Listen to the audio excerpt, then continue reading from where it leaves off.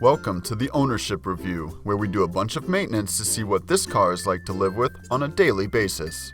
Here are the high points of the 2010 Porsche Panamera. Though they may be located in unusual spots, both the engine and interior fuse boxes have quick access with covers that are simple to remove. The latter also comes provided with a fuse puller for your convenience. Connecting the Bluetooth is a simple procedure via the touchscreen on the dashboard.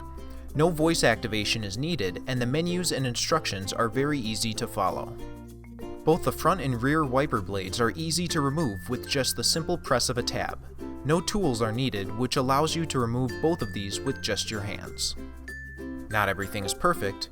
Here are the pain points.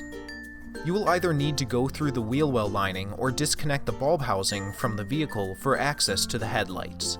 In the case of the latter, you will need a special tool found in the jack kit to help you unlock the housing from the vehicle, which is an added step that doesn't allow you to remove the housing with just standard universal tools.